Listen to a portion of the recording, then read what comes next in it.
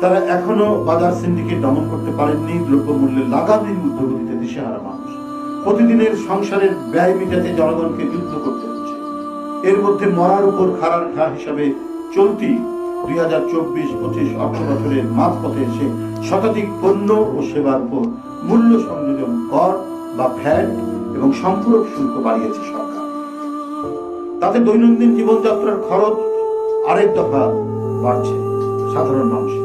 এমনিতেই মূল্যস্ফীতির ঊর্ধ্বমুখী প্রবণতার কারণে সাধারণ মানুষের নাভিশ্বাস উঠছে। সেখানে জীবন রক্ষা করে ওষুধ, এলপি গ্যাস, গুঁড়া দুধ, বিস্কুট, আচার, টমেটো কেচাপ বা সস, জুস, টিস্যু পেপার, ফলমূল, সাবান, ডিটারজেন্ট পাউডার, মিষ্টি এবং চক্করের উপর ভ্যাট হার বৃদ্ধি মধ্যম ও নিম্ন আয়ের মানুষকে আরো চাপ।